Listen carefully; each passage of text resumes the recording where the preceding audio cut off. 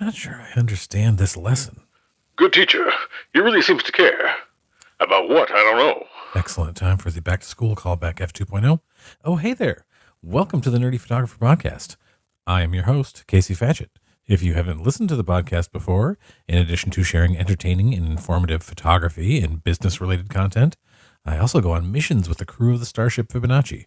Right now, F 2.0 and I are taking a class on maintenance and repair of different types of propulsion systems. You don't want to get trapped in deep space not knowing how to get things working again.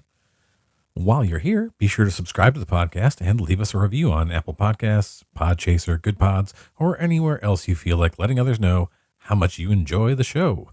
In this episode, portrait photographer Lindsey Turner returns to talk about fine art school photography. She tells us how she got started in this particular type of portraiture and gives us some pointers on how you might add this style to your repertoire. Be sure to stick around for the interview after the break. Did you have no training in this before F 2.0? The high school I went to, they asked a kid to prove the law of gravity. He threw the teacher out the window. I'm not feeling enthusiastic about our chances. Hey, photographers. Have you noticed how the life goes out of your subject's eyes when you tell them how to pose? You say, stand there, put your arm like this. It gets even worse when you have subjects who are a bit shy or introverted. If you want to create authentic, emotional photos, my Let's Be Real unposed photography prompts will help you create interactions that your clients will remember when they look back on their photos for years. I've developed my unposed photography prompts over 20 years, taking pictures of people using my own self-conscious nature to help my clients who felt that they were unphotogenic. From couple sessions to weddings and family portraits, these prompts will help you get more dynamic and natural photos with your subjects. And right now, you can get 25% off if you use the code POD25P. That's POD, P-O-D, 25P, all uppercase. Just go to nerdyphotographer.com and find the prompts in our store. Stop posing and start prompting. Welcome to the Nerdy Photographer Podcast. I'm your host, Casey Fatchett, and I am here today with Lindsey Turner. Lindsey, this is third time? Second, I think. No, I think you came on third. We did the grief one. Yep. I think you would come on for something else. Second or third. But repeat guest. I'm glad to have you. Before we get in, we're going to be talking about fine art school portraits in this episode today. Before we get into that, we're going to roll the dice breaker, and it's a 20, and that means defend your camera system, like whatever the type of camera you use. Everybody loves to talk about why their camera system is the best and their camera brand. So I'm going to give you up to 60 seconds to defend your camera system. Starting now. This is an easy one for me because I am a lifelong Nikon user. I got my first Nikon film camera because there was no such thing as digital back in the day when I was 12 years old with a couple of kit lenses, and I have never veered away from that. When I switched to digital, I tried, but nothing else fit quite as well. My hand knows where everything is, and I just love it. And now I've moved to Nikon mirrorless as well. So I'm a loyalist for forever and ever. Awesome. Yes, I think that's one of the things that a lot of people don't understand about why people make decisions as far as what cameras they're going to use. Like for me, I sort of shopped around when I was just starting out. When I still had film cameras, obviously there was no choice about ergonomics because they were all things that I had gotten via an estate sale, and they're very old cameras. But when I was starting out, I'm going to buy a new camera system. I'm going to start getting new cameras. Canon, for me, just fit intuitively with my hands and how my hands like to move to do certain things. And I think that a lot of people that I talk to, when I say well, why did you choose Sony, or why did you choose Nikon, or why did you choose it? It just seems right in my hand. And that's all. That's what really matters. I think the technology, whatever, there are minor differences here and there, but what feels best for you, I think, is what really makes a difference. As far as you want to feel comfortable, and you want to feel like you can make those decisions faster if you just love the camera that you're holding. So, oh, you were about to say something? Sorry, I didn't mean to cut you No, off. I totally agree. For me, it's both just how comfortable I am with it, but also I have very small hands.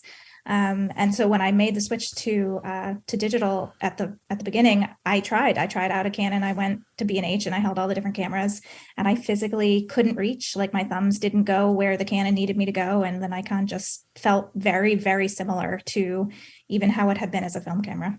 Yeah, I mean, it's like ergonomically, like I have like piano fingers, and smaller cameras were difficult for me to feel comfortable. Yeah, it's just the way, like, reaching the buttons and how you reach what buttons you need, and how and also for me it was the setup of the menus on the Yep. actual menus, like just mentally, like what made sense to me. And like, I have one of my best friends shoots Nikon, and I was like, look at his menus, and I'm like, what's going on here? I can't. It just doesn't process the same way for me. But yeah, I think whatever camera system you want to use, do it. Whatever works for you. So we're talking about fine art school portraits. People might not be familiar with what this concept is and how it differs from regular school portraits. This is something you got into, I mean, fairly recently. Tell people more about what fine art school portraits are. So when you hear the word school photography, you probably think of the cheesy portraits from your own childhood with the horrible backgrounds and the stars and the whatever else they would put Lasers. behind you.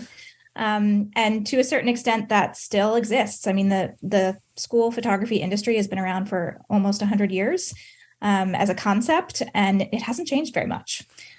So what I do, because that does not light me up, I'm more interested in putting the child at ease and getting a natural expression.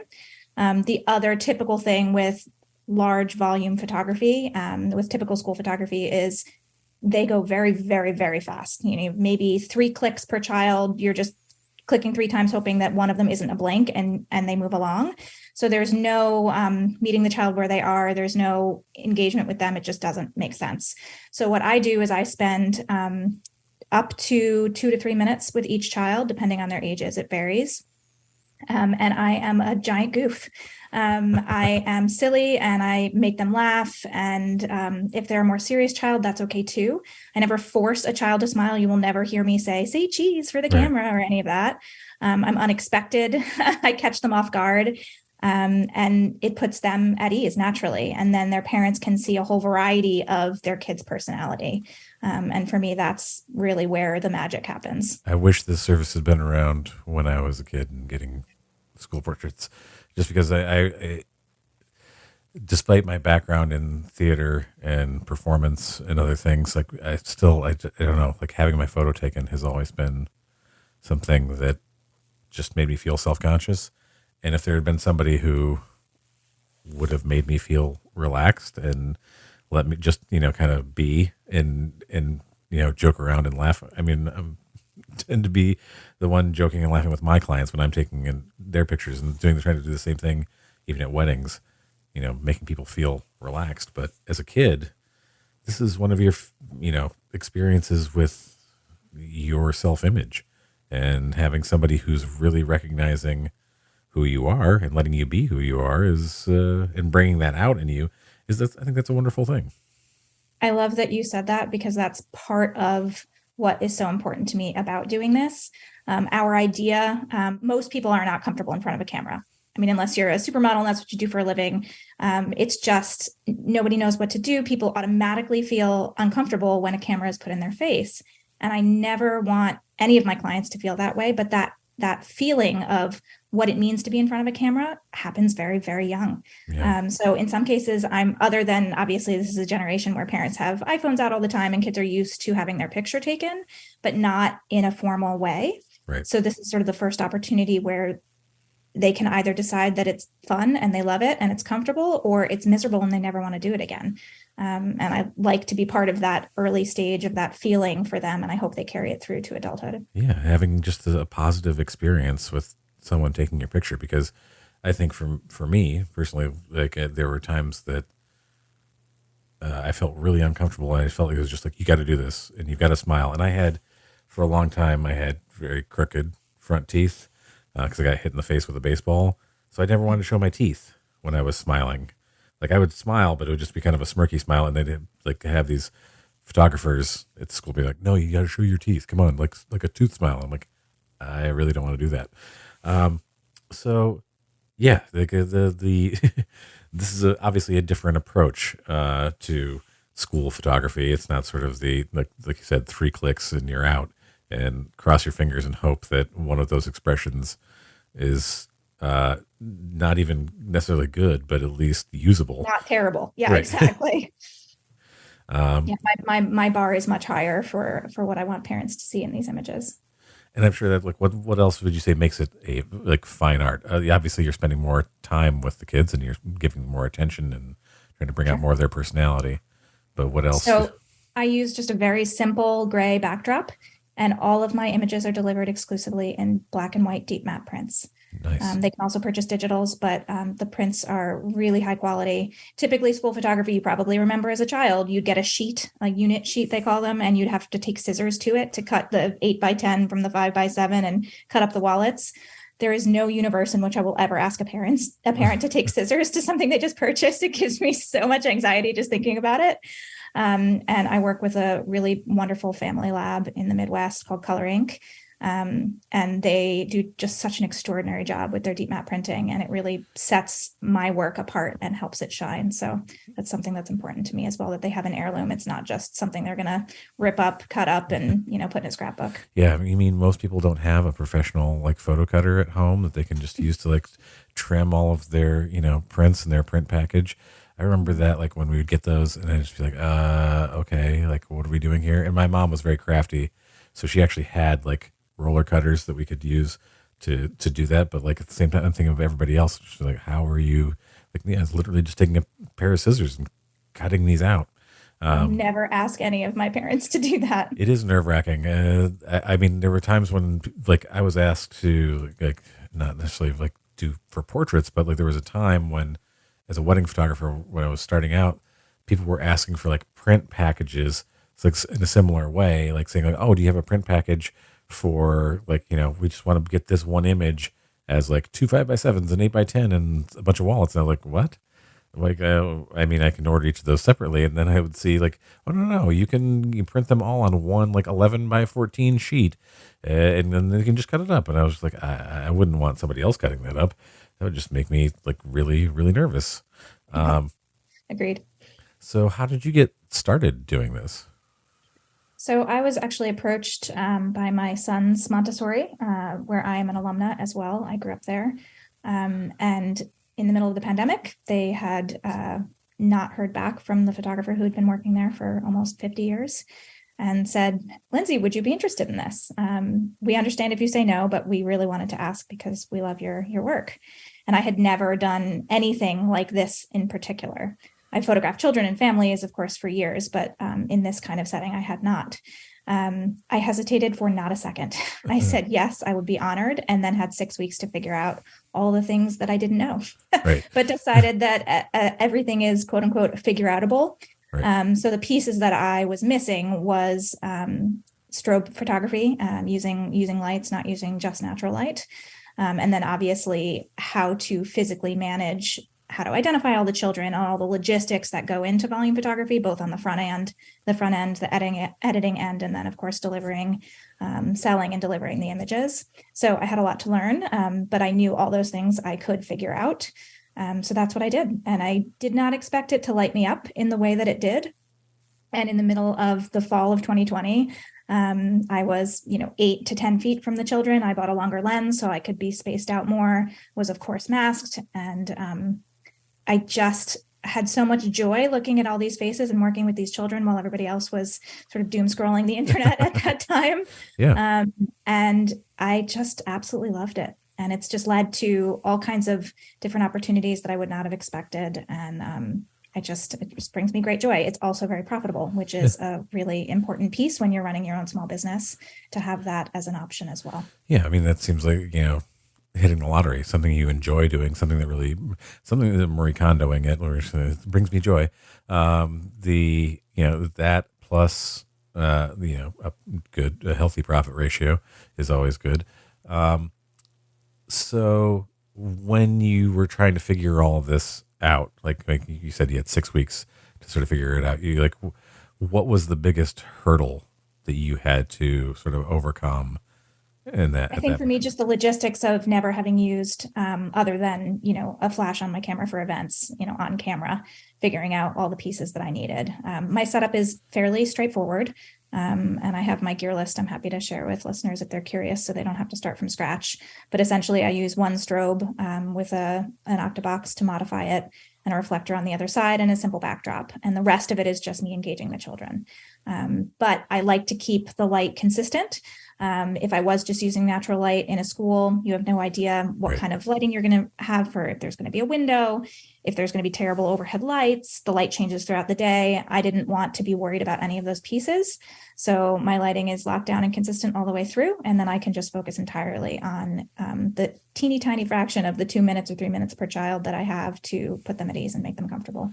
Yeah, well, I'm happy to put that information both in the episode notes as well as the blog post that will accompany the episode so that people can check out that gear list. And it's one of those things that I remember just starting out as a photographer, that flash just seemed kind of like you said, when just not using like a speed light on your camera. When you start getting into using off camera strobes for things, it can seem a little daunting at first, but it's actually not as hard as I think people think that it's going to be. They think that they're never going to figure it out, and I think even with just a little bit of knowledge, you can figure it out. There's plenty of tutorials online to help you learn a little bit, just enough to be dangerous. I absolutely went to the school of YouTube when I started doing this, for sure. Yeah, and it's one of those things, like you said, consistent lighting. You don't know what you're going to get if you're just using. I know there are many people out there who just want to use natural light. It's one of those things that I always tell, especially wedding photographers, and I say, like, you don't know when you're going to have very dark conditions, and when you're doing portraits, especially you want to have you want those photos to look consistent. Like if people are looking at a bunch of pictures of these kids from their classes and going like, why are these like wildly different from one another as far as the lighting? And then you get to focus on those, what's individually, the personalities of these kids, as opposed to, the photographer didn't have a lot of light for that session. Yeah. And I think the other myth is that flash looks like flash. Yeah. That was a concern of mine for sure. I didn't want it to look like it was taken with a flash. And because I have the modifier, it's very soft. You would have no idea if you didn't know. Yeah. I mean, it's one of those things, like, I think that, especially for certain generations of people, like, think that flash, we were always kind of like brought back to that sort of like very flat looking, like a bright, right in your face sort of flash. Then you're Shiny, yeah, and you have a really bad impression of what flash photography is going to look like. And yeah, you can make it look like window light if you're like doing it right. You can definitely make it look nice and soft and not so I don't know, bright, I guess. This is the only word that's coming to my head right now. It's just like, Yep. I just remember like shiny, red-eyed, like right in your face stuff. That doesn't look so good. Nope. So my next question, because I think this is the one thing that like you were saying, this is different than mainstream school photography, which is a business that's based on bulk and just sort of like getting people in and out. Like you said, a few clicks. We hope this is over. How do you go about getting jobs in this sort of like in a more fine art setup for school photography, where you're kind of like having to convince like schools to take a chance on this and do something different than maybe they're normally used to doing? Yeah, it's a good question. And it is not for every school or every school system, because what I do is different, is higher end, is also priced accordingly, because it has to be for the time that I spend in the product that I'm physically delivering. So I've mostly approached,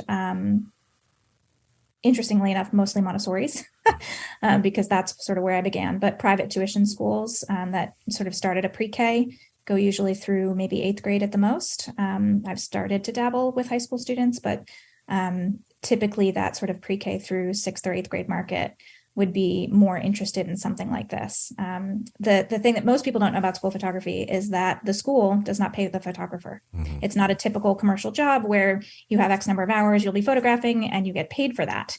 This is they're giving you the opportunity to photograph their students, and then the parents have the option to make a purchase or not. There are many different models. Some fine art, some bulk photography will require you to make a package, purchase a package in advance. There are some big box companies who are notorious for that, where you have to spend X number of dollars and then you choose the photo you want to go in that package. I don't require any prepayment for my families. I want them to love the work. If they love the work, they will make a purchase. If they don't, they won't. And there's no guarantee that they will. So my goal is to do such a good job that, the majority of the families will want to purchase something. But that's kind of out of your control as well, which is sort of an interesting mindset shift from traditional commissioned work.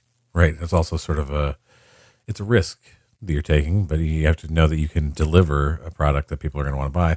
But at the same time, you're also putting them at ease in a way of saying, like, I'm not forcing you to pay for this if you don't like it. And that can also like put people in a mindset where like, oh, well, I was planning to spend this much anyway if I had to spend the money before. So now I'm a little more open to the potential of paying for it. Like they see a proof gallery and then they make their decisions. So they're totally in control of that choice. Right. So when it comes to, yes, the school does not pay you, but like when you're approaching the school, like do you try to find out who's in charge of someone at the school who can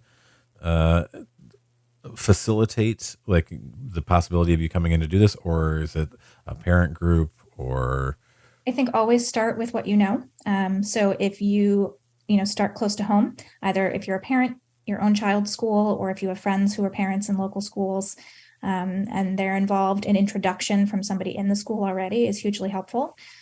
Cold calling is tough. It's an uncomfortable thing for most people to do, but you certainly can't. This goes back to sort of my own PR and marketing background. You can't just send an email and check a box and say, okay, I did that.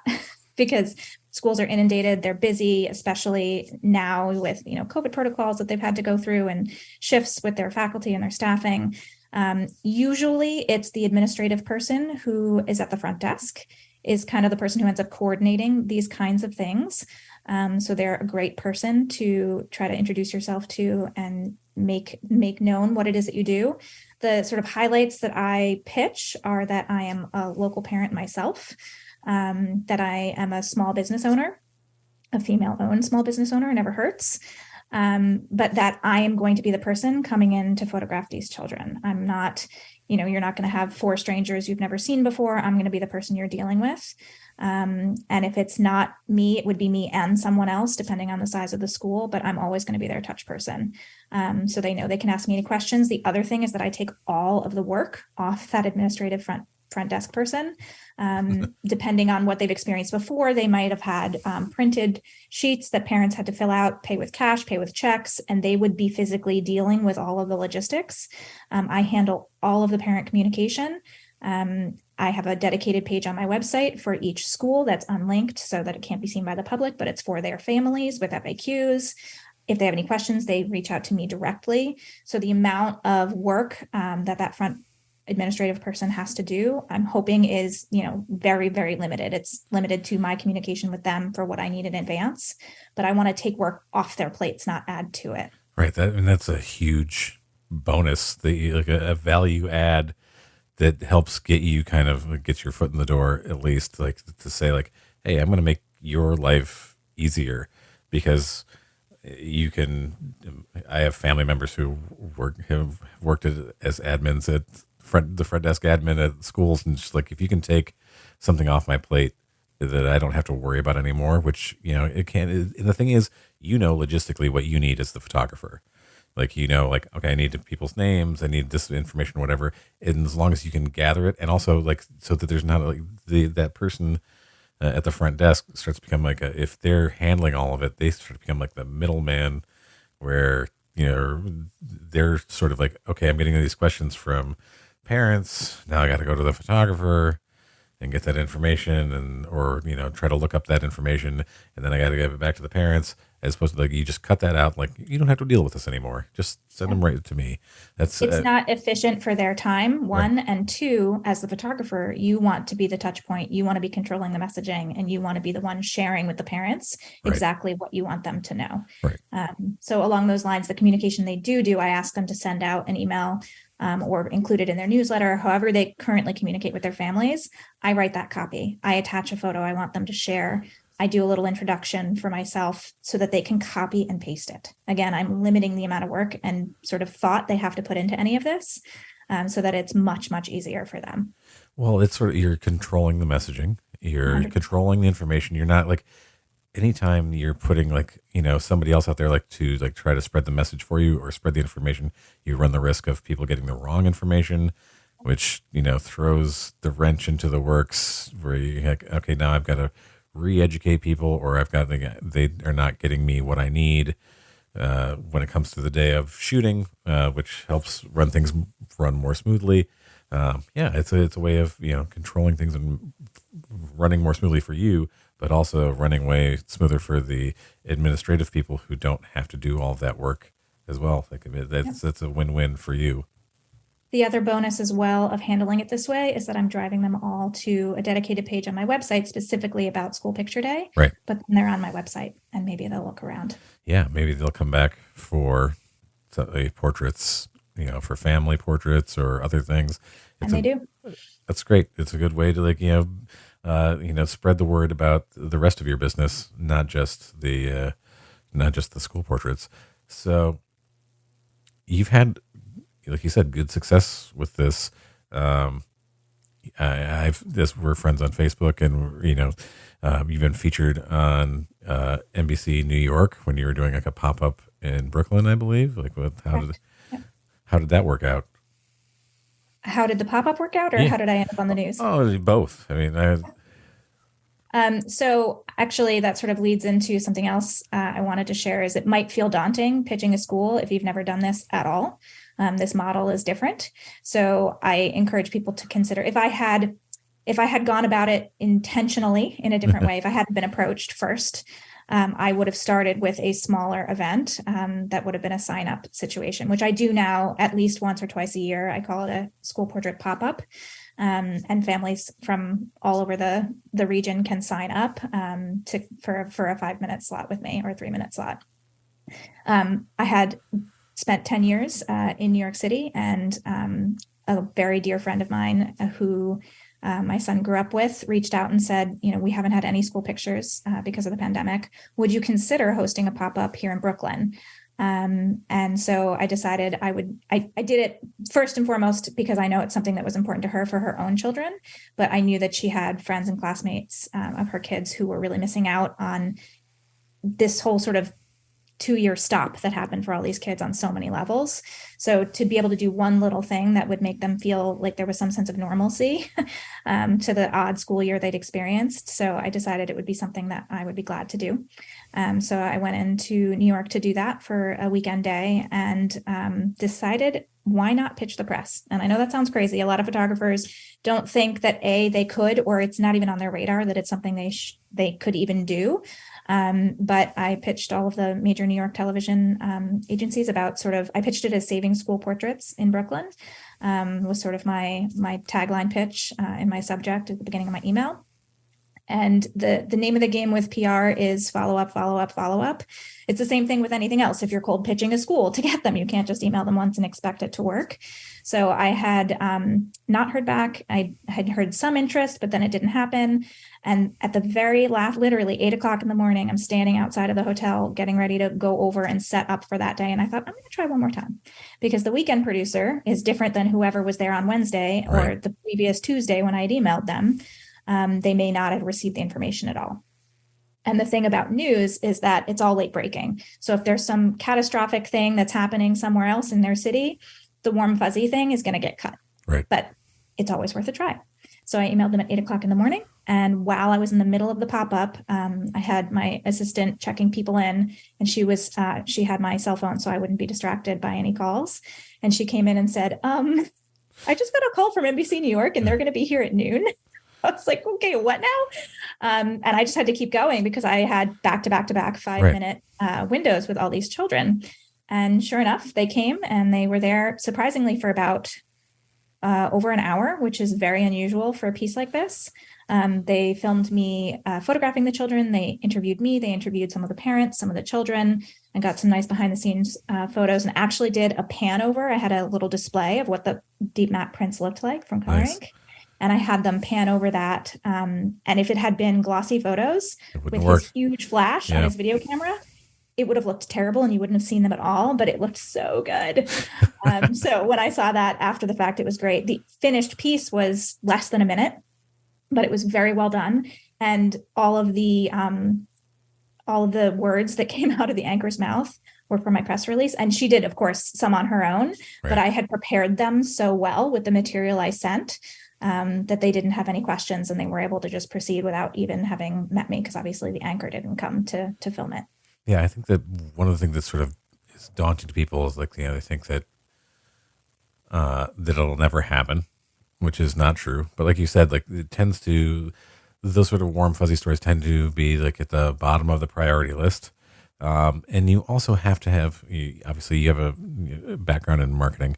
And my wife has talked about this on the podcast before, like figuring out what you're going to pitch is, you have to think about what's interesting. And I think that your angle there, like saving school portraits, because the pandemic and like people, these like sort of touchstone, moments in people's lives, and getting those sort of like school portraits was like that's a thing that you kind of like look at every year in your sort of life growing up. Like that's one of those things that you like look back on, and to have that experience again after the weirdness of the pandemic experience, especially for kids who are like trying to find some sort of stability and routine in some ways.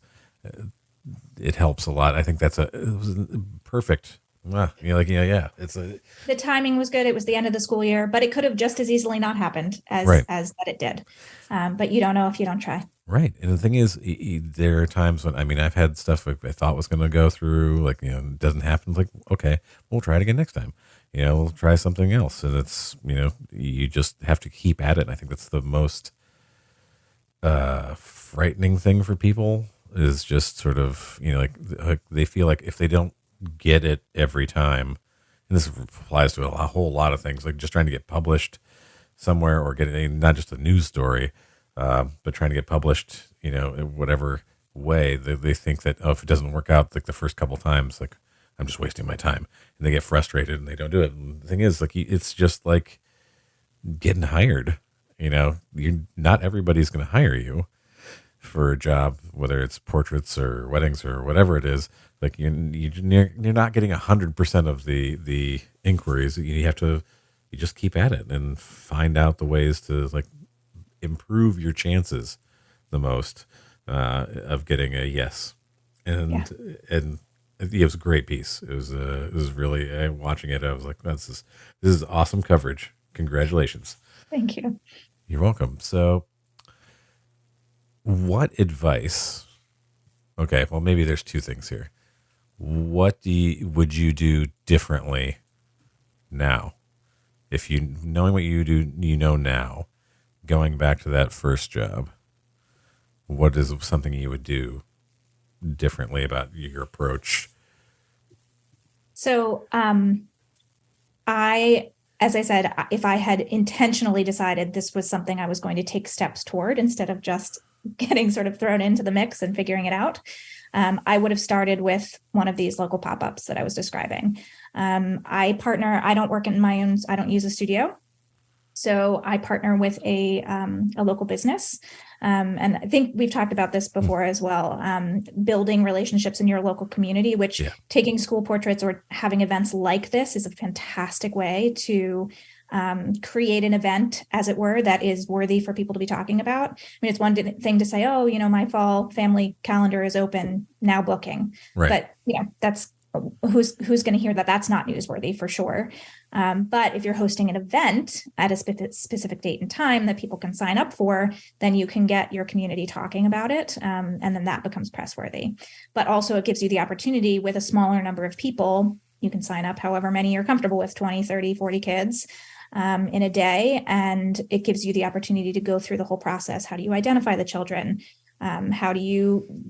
What series of prompts are you going to use so that it's consistent and you can get reactions out of each child? What poses are you going to flow through? Standing, seated, turned to the side. Are you going to involve their hands at all? At what age group there are jokes that work really well for a particular age group that just fall flat for another. If you try the same joke for a second grader as you do for an eighth grader, you're going to just get a sassy look and they're not going to laugh. So you have to know which age responds, and that takes practice. Yeah. So doing something like that in a smaller setting with maybe 20 or 30 kids before you walk into a school with 200 children, to know that you can consistently go through the process and get what you need for each child, and every child will have something that their parents can see when you're finished that they'll enjoy. Yeah, that's sort of like it. Also, sort of like setting the date. When you just say like, "Oh, I'm available for this thing," like it's just you're giving people too many choices. They're like, "Oh, when are we going to do this? When you sort of like set date, like I'm available these 2 days to do this thing in this location." It takes a lot of the mental work out of it for them. Like it's kind of like we were saying before, when you're talking to the administrative folks at a school, like you're taking some of the load off of them. They don't have to do like all this work. It's the same with like parents when it comes to the pop-up or whatever. They're not thinking, oh, well, I guess we could do this at some point. When are we going to do it? Yeah, I'm not sure. And you give them the set dates and times, and they're like, oh, all right, that's going to be then. Well, can we make that happen? Yes or no? If not, maybe we'll do it. And we'll keep an eye on you, and hopefully we can do it when you do it again some other time. I think it's also a great way to build your email list. Yep. And create some sort of fear of missing out around that one time of year that you're going to do this, or if you do multiple. But I always announce these slots to my email newsletter list first, and it's almost completely sold out just to my email list. So when I start talking about it, 6 weeks in advance on social media that it's coming, that save the date, here's the date if you'd like to have first access for a slot, join my email list. It's worked. I've been doing this for 3 years now, and it almost completely sells out just to my email list. Yeah, building that email list is super important, and you should be doing it as soon as possible. Don't just let that opportunity pass by. That's one of those mistakes I made early on. I think if I had been better about collecting email addresses and like keeping on top of a newsletter earlier in my career, I think it would have changed things rapidly and in a different way than I sort of spent a while like treading water going, oh, why aren't people like coming back for things? Well, it's because I wasn't proactively doing that work. So if someone is looking to get into this and attempt this, what would be your advice to someone who's considering going into a more fine art school of photography? I would start by practicing. I know that sounds really basic, but the very first thing I did once I figured out what gear I needed was I set up in my garage and I made my husband and my son model for me. Once I figured out the lighting and how I wanted it to look, then I invited a friend who had 2 daughters to come to my garage and do the exact same thing, this time with children that weren't mine, to see how much time to figure out, again, all those prompts and poses and how long what do I have with each child and what do I need to do to get what I need in that limited time. And then I provided those images to that mom as a thank you for bringing her girls for me to do that. And then I had the logistics of, it's not just picking up your camera and hoping they smile. There's a lot that goes into it. So once I felt comfortable with that, then I was ready to go into that school. But again, if I hadn't had that deadline and that opportunity, I still would have gone through all those steps, but the next step would have been to host a community pop-up. I would have looked around in my community to see where is there a space that I could rent or use. In my case, I've used our local yoga studio, which has a beautiful vaulted ceiling and really lovely window light around, and it's just a gorgeous space. Also, it helps them because they then have people come into this beautiful space who Right. maybe have never taken yoga there. And it's sort of, this particular place is beautiful, but it's sort of tucked out of it's not right on the road. It's sort of tucked behind. So if you didn't know it was there, you wouldn't know. So mom after mom after mom would come in and say, oh, this is so beautiful. I didn't even know this was back here. So it helps them, but it's also an opportunity to cross promote the event with them. So again, I create all the copy and all the material to make the job easy for them. And then I ask them to send it to their email newsletter list with a link for them to sign up. I tag them in all of the posts so they're easily able to share in their stories. I provide copy and a square cropped Instagram and also a Facebook ready post for them to share. If you make it easy for people, if you do 98% of the work, Right. they're going to help. They're going to participate. And then I'm promoting them on my website and on my social media and tagging them in every aspect of the lead up to the event. So it's kind of a win-win for whatever business it is, but maybe you have a community center or a library or a children's shop or something else that matches your brand. Once I started doing this, I did a spinoff, and I also do headshot pop-ups, exact same format, strobe, backdrop, everything's the same except for the subject and the goal of the subject. And for that, I host that at a co-working space because that felt like a good connection and on brand for that event. Really, it doesn't matter. I mean, if there's a room you can set up your strobe and there's a quiet place you can work, you can make it work. But to have something with some continuity that makes sense for the event you're hosting, Synergy. is great. Yeah. And then when you pitch the press, they love to see partnership. Right. So if I'm working in partnership with this, for the headshots in particular, I work with a local female makeup artist and the local female owned hair salon and myself. So now there's 3 of us and the female business owned co-working space. All those pieces work in a press release because then there's more than just me. It's not just, oh, this thing is happening. Right. It's not just, it doesn't come across as I'm pitching myself. Where we are pitching this group project thing that we're doing, and it has all of these components that work together, and it makes it more of a story as opposed to. And incidentally, I never would have made that step to do other kinds of volume events like this headshot pop-up if I hadn't bought this strobe for school photos. It really did open the door for me to think about using it in other ways. Right. It gives you. What I always like to tell people about Flash is that it gives you a whole other set of tools for your toolbox that you can use in lots of other ways that you maybe didn't realize at first. Awesome. So, okay, before we kind of close out, what's your favorite joke to use on the kids? So for sort of lower elementary and elementary ages, one of my favorite things to do is to ask them, what did you have for breakfast this morning? And they'll tell me. And then before they tell me, I say, no, wait, don't tell me. Let me guess. So instead of guessing cereal or toast, I say, did you have pancakes with caterpillars on top, or just whatever it is, the most ridiculous, out of left field thing you could possibly imagine? Oh, did you eat any frog's toes? And they're like, no, I didn't. But they giggle. Right. Because if you just ask them, oh, what did you have for breakfast? Or what do you like to do with your, dog or whatever? They'll answer you very earnestly. And it's sweet and earnest, but it's not going to make them smile or laugh. So you really just have to think about what is going to be unexpected. So that's a good one, guessing what they had for breakfast and then making it ridiculous. Yeah, makes them just laugh. I can hear the response in my head. All right. Hello there, Nerdy Photographer listeners.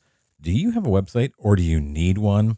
Well, let me tell you, you should be using SiteGround to host your website. I used different hosts for many, many years, and I dealt with so many problems. Terrible support, slow loading speeds, all sorts of attacks on my site that I couldn't deal with. But when I switched to SiteGround, my problems have gone away. I haven't had to worry about my site once in the 5 years that I've been using SiteGround. And right now you can get 80% off hosting and a free transfer of your website. Hosting can start from as low as $2.99 a month. $2.99 a month. That's so cheap. And it's so good. I wouldn't recommend it to you if I didn't use it myself. Head over to nerdyphotographer.com/recommends/siteground. That's nerdyphotographer.com/recommends/siteground. Or you can click on the link in the episode notes and get over there. 80% off hosting and a free transfer. You're not going to regret it. Hey, hey, hey. And now for my favorite part of the show. What's that say? Useless information. This is always death. That's awesome. Okay, we're going to cut over to our useless information for this episode. Lindsey, did you know that before hiring Barbara Walters to be the co-host of the Today Show, the role was originally offered to Betty White? Is that true? Absolutely true. And she said no, obviously. Yeah. She had an experience already with, she'd done a variety show, and she'd had a black entertainer, and they didn't want her to have him on. There was a lot of backlash about her having on, and she thoroughly promoted it and was like, nope, this is what's going to happen. And there was a falling out, and her show was canceled. And she said no, she didn't want to do the Today Show, which is, I just think back and I'm like, how would the Today Show history have been different if Betty White had been the host? What we wouldn't have gotten the things of Betty White in other things is my guess as well. Like she would have just been the Today Show host. That's so interesting. Along those same lines, did you know that Julie Andrews was originally offered the movie role in My Fair Lady?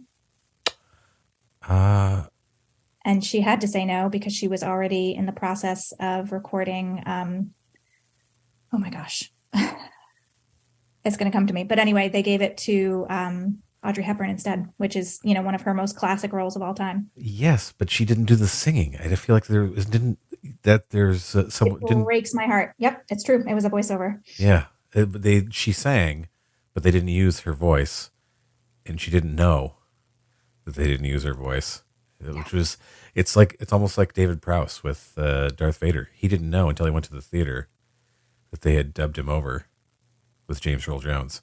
He went to the premiere of Star Wars and didn't realize that they had dubbed over his voice with somebody else. Like how, there's just so many things wrong with that. Yeah, I feel like I knew that had happened because she had done Mary Poppins. Sorry, Mary Poppins is what she was already in the process of recording at the time. But she had done My Fair Lady on Broadway, I think. Broadway, correct. Yeah. Yeah, they considered her, but she couldn't take the role. Yeah, I knew a little bit about that. Lindsey, thank you as always for coming on. It has been 3 times because we had the grief episode, and we had the giving back. Oh, that's right. We talked about nonprofits. Yep, nonprofits, and now this time it's the 3rd time. Third time's a pleasure as always, Casey. Thank you. So, tell people where they can find you. You can find me online. I am sort of daily in my DMs on Instagram. My business is called Lindsey Victoria Photography. So it's lindseyvictoriaphotography.com. Same thing on Instagram and same thing on Facebook. And if you are interested in exploring, learning how to do some of these things, I will actually be speaking for the first time at WPPI on March 9th in Las Vegas. I will be leading a photo walk specifically about fine art school portraits and teaching people how to prompt and pose for natural expressions, a lot of what we talked about today. And it's a small group. There'll be 12 people. We'll be able to participate in that particular photo walk. So there'll be a lot of hands-on experience as well. And the conference itself, I went last year for the first time, is extraordinary. You spend, a couple of days just downloading as much information as you possibly can, meeting all kinds of people, walking through the expo with all the vendors, and you can see all the products they have available. It's just a huge learning experience. If you've never attended a conference, I would highly recommend it. That's awesome. Congratulations. Thank you. And again, I'm going to put links to everything in the episode notes. They can find you, your Instagram, your website. And I believe you have a little freebie as well for folks. Yep. I have both my gear list available as well as some prompts, some ideas for prompts like the one I shared today. So if you just go to Lindsey Victoria Photography /link in bio, you'll find all those there. Awesome. Thank you again, Lindsey, for being on, and come back again sometime. Let us know how the photo walk went. Thank you. I will. Thanks so much, Casey.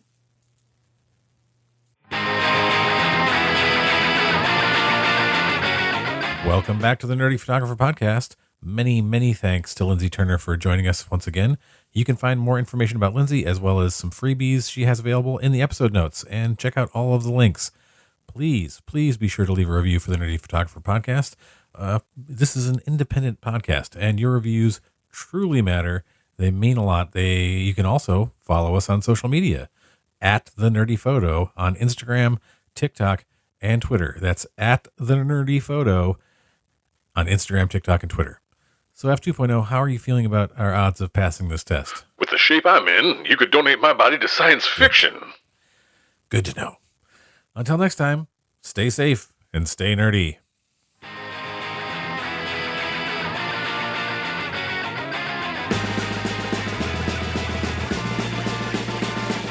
Who's that coming back to town? You better start listening. Who's your heart been beating about? You better listen.